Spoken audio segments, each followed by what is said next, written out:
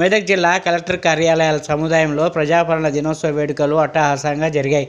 ఈ వేడుకల్లో జిల్లా యంత్రాంగం విస్తృత స్థాయిలో ఏర్పాట్లు చేసింది.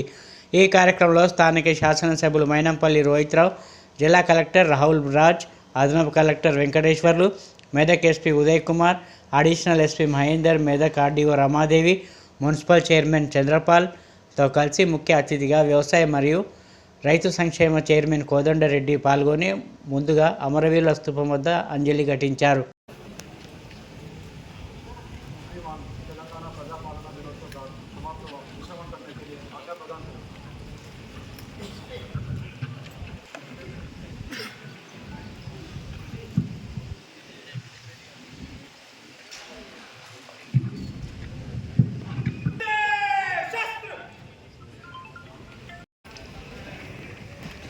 మెదక్ జిల్లా ప్రాంగణంలో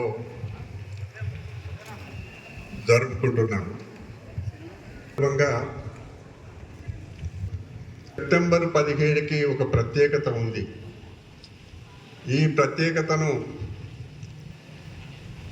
రాష్ట్ర ప్రభుత్వం ఘనంగా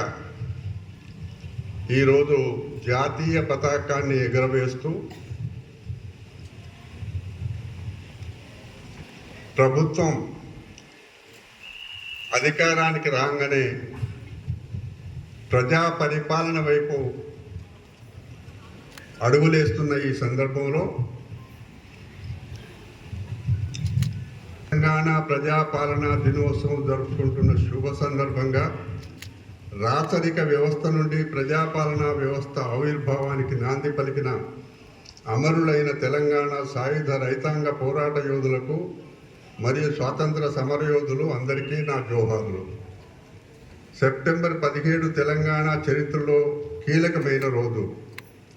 తెలంగాణ ప్రాంతం భారత యూనియన్లో చేరి ప్రజాపాలన మొదలై నేటికి 76 సంవత్సరాలు పూర్తి చేసుకొని 77వ సంవత్సరంలోకి అడుగెడుతున్న శుభ సందర్భంగా హాజరైన ప్రజాప్రతినిధులు, అధికారులు,